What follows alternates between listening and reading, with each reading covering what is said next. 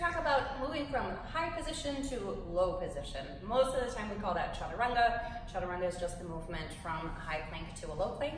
But I want to give you guys some options and also give you some benefits of why you might choose one over the other. So a lot of times we have a tendency to think, if I use my knees in Chaturanga, it makes it easier, so then I should do the whole pose. But essentially, the reason that there's different variations of poses is to work on different things, rather than one version is easier or one version is harder. So if that helps give you permission to try on these things, so hopefully you can play around with that a little bit. But in its simplest form, to get from, let's say in class, we're in a halfway lift and we need to get back to down dog. In its simplest form, you can halfway lift, plant your hands, and step back to downward facing dog. So that's really the simplest way. It's the least amount of movement, and it's a beautiful way to get from the high position into the low position. So in its simplest form, play around with that, especially if your breath is catching up with you, you're feeling a little bit tired, or you're kind of mentally checked out. It's a nice way to be a little more purposeful in your movement. So another thing to play around with is, and I'll show you some of these things, I just kind of want to give you some options. When we're talking about Chaturanga, you can do Chaturanga from your knees. You can do Chaturanga and lower like 2 inches instead of halfway down. There's many ways that you can do that, but the benefit of using your knees is most of the time it's going to give you greater access to feeling where you're using the muscles in your upper body, especially your upper back. The nature of Chaturanga, you're moving towards gravity. The front of your body is naturally going to do a lot of work. So in order to ask the back of your body to help contain yourself in a really effective way is this lowering motion. You're staying tucked in, your shoulders are staying back and in a really nice position rather than kind of dipping forward like this.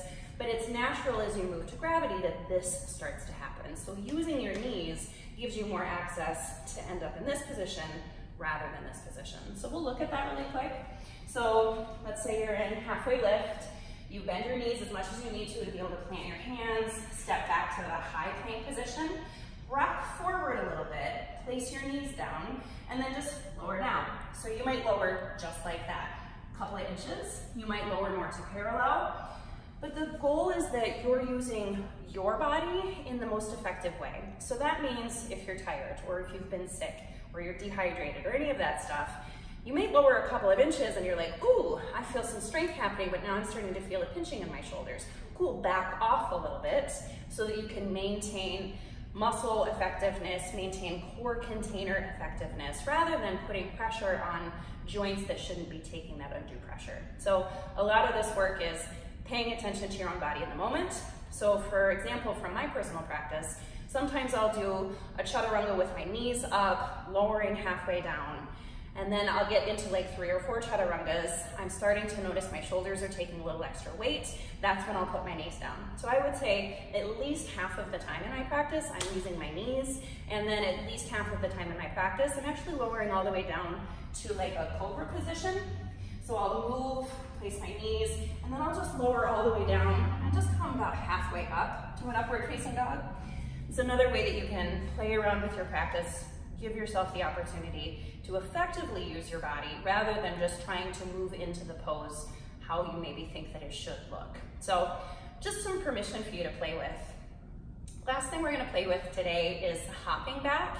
But before we get to that, I want to make sure that everybody knows hopping back isn't really a goal, but it is a super fun thing to play with.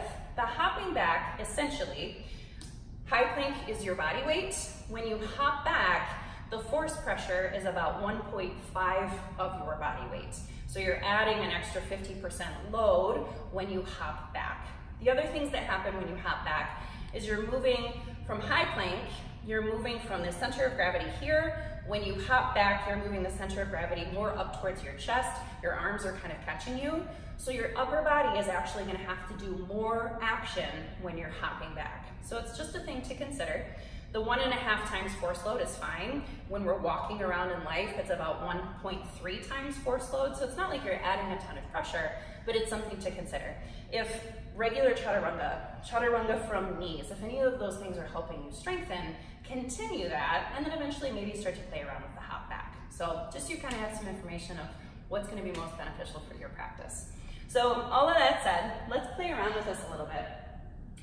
Before we even get into it, knowing the muscle memory is super, super helpful before you add any weight to it. So you can just put your hands out in front of you, like simulating a high plank position. The only thing you want to really, really be aware of, well, there's many things to be aware of, but one of the most important things is to make sure that your low back isn't doing this. So if you think about when you're on the floor, gravity is going to be pulling at your belly button because that's just the center. Your feet are here, your hands are here. The center is going to start to sink a little bit. So really think about pulling your core in, hip points towards low ribs, especially if you're going to think about jumping back. This motion here is incredibly important to protect your low back in the movement. So if you think about, this is your high plank position, and then you're moving into your chaturanga position. You'll notice that my hands move down and then back. If not, I'm going to end up either in this position, my elbows are going to wing out, and I'm going to lose all of that side body strength, upper back strength, more pressure on my shoulders in front of my body, or instead of elbows winging out, my neck is going to get super squished. It's really, really hard to maintain integrity without this motion happening first.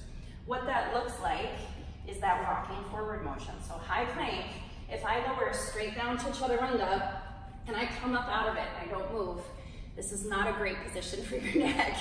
Instead, that little rock forward is super important.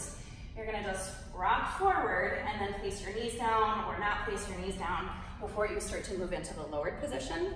And again, without body weight added, it looks just like this. You're here, your hands move down, or you rock forward in the high plank position, then you can move into the chaturanga position. So just play with that a couple of times. If you look and your hands are up here, bring them down more towards your waist. So you're just playing around with the muscle memory of chaturanga first, and then start to do that a little quicker so that you're simulating that catching motion if you want to hop back ever, or that lowering down motion, you're helping to light up this part of your back body and your upper back so that it knows what to do when you're lowering down, even without weight added to it. So play around with that, hands forward, squeeze back. So you're stopping with your upper arm bones at your rib cage, hugging into center, so you're kind of avoiding this action so that you're not putting any undue pressure on the front of your shoulders. So now we'll add a little bit of weight, and the last thing we'll do is look at that hop back motion. So high plank position. Last thing we'll talk about here is comfort of wrists. Totally fine to move your hands a little bit farther forward. That way you're taking a little bit of the crease out of your wrists. So somewhere between stacked joints and possibly your wrist is a tiny bit in front of your shoulder. From there, you're gonna rock way forward onto your tiptoes. You can place your knees down, lower halfway down, chaturanga position, or same idea, rock way forward, keep the pit of your belly lifted so this isn't happening. In this position, you're gonna lower about halfway, drop your feet, or flip your feet, I'm sorry, move into your upward facing dog position. So, any variation in there is a beautiful way to practice your chaturanga, or really getting from your high to low position. The most important part is that you're listening to your body so that you can understand your musculature, your joints, what is your body telling you? So pay attention to that stuff. Excuse me. And of course, always ask us if you have questions about any of that. Final thing, hopping back. Counterintuitively, we end up here, and then we tend to want to put our hands back in order to hop back. Problem with that is, no matter how much I bend my knees, I can't get my palms on the ground.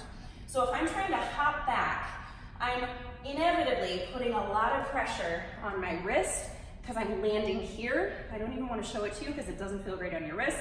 But if I start here, and then when I hop back, I land really hard like that, that's the thing that's going to put a lot of pressure on your shoulder. So instead of that, if you want to play around with hopping back, and you're way up here at the front of your mat, step back a little bit, do your halfway lift.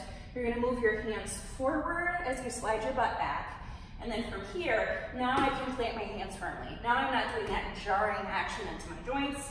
So halfway lift, plant your hands, lift your heels, drive your chest forward, shoot your legs back. You want to land as gentle as possible, and playing around with that, you might even just look at halfway lift, plant your hands, come up to your toes, drive your chest forward, one leg back at a time, just to get the motion of Chest forward, heels up, one leg back at a time. So you can play around with that hopping back without putting any pressure on your shoulders. And like I said, if you have any questions, as always, let us know.